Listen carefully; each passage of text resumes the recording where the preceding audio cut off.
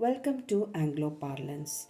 In today's session, we'll be talking about the novel Autumn, and this is the second part of discussion. And this is a novel written by alismith. Now, let's see the major characters. Now, as we see, one character is Daniel Gluck, a 101-year-old man. He was the former music composer. He was a gay and he was a European. When the novel begins, he is in the home care, the Maltings care provider. And Elizabeth Demand is the only visitor who visits him frequently. And it's said that Daniel Gluck had interest in Pauline Botti in his youth. Next character is Elizabeth Demand. She is a 32-year-old lady and she was the neighbor of Daniel Gluck. She is a junior art lecturer at a university in London and the only caretaker of Daniel Gluck. And it's said that she prepares dissertation on Pauline Botti as part of her graduate school thesis, and she is also interested in art and literature. The other characters are Wendy Demand. She's an ultra-sensitive and ultra-irritating lady who is Elizabeth's mother.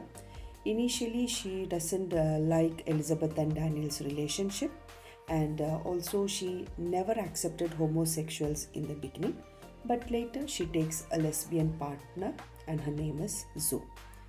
Then another important character is Pauline Botti. We don't find direct reference to them, but we find Pauline Botti's reference in the talks between Elizabeth and Gluck.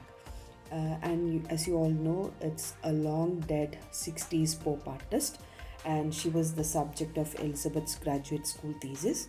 And you can also see throughout the conversations between Gluck and Elizabeth that Gluck had crush towards her, and we can also find from their talk that Pauline Botti died at the age of 28 because of cancer. Then another character is Christine Keeler. She is another feminist icon, and she was famous for her involvement in the Profumo affair, a notorious spy scandal involving prostitutes. So these are some of the characters discussed in the novel Autumn. Now let's see some major themes. One important theme is the theme of Brexit. You all know that what is Brexit. Brexit means combination of Britain and exit. And this term comes from the combination of Britain and exit. Now here in this we find Elizabeth's spiritual love for Daniel, and that is a rhetorical love. And this novel aims at the political dilemma of Brexit, that is exiting of Britain from European Union. And because of that, we find so much difference in the political and social scenario of Britain. And we find Daniel as the spirit of Europe and Elizabeth as the identification of England. Whereas her mother Wendy was in favor of voting for Brexit, while Elizabeth was against that idea. And Elizabeth often believed that real integrity is when no passport is required to travel across all countries. Now, because of this Brexit, after the coming up of Brexit, they had to have different passports in order to travel around other European countries. So Elizabeth Demand was against this idea.